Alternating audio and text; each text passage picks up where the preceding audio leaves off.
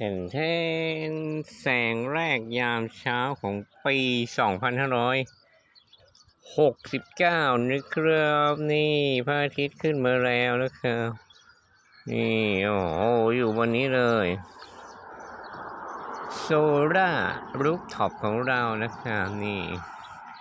โอ้แต่อันนี้มันเริ่มลอกเลยนะตัวปิดกันฝนนะครับโอ้โหเช้าวันนี้สดใสมากเลยเย็นหนาวน้ำค้างเลยนะครับนี่มองไปทางไหนมองไม่เห็นอะไรเลยหมอกลงนะครับพร้อมกับแสงทองผ่องอำไพวันใหม่ของปีใหม่นะครับ2569สวัสดีกับ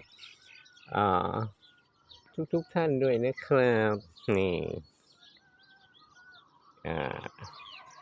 โชคดีมีชัยปีใหม่กันทุกคนนะครับแข็งแรงร่ำรวยเงินทองนะครับลาไปก่อน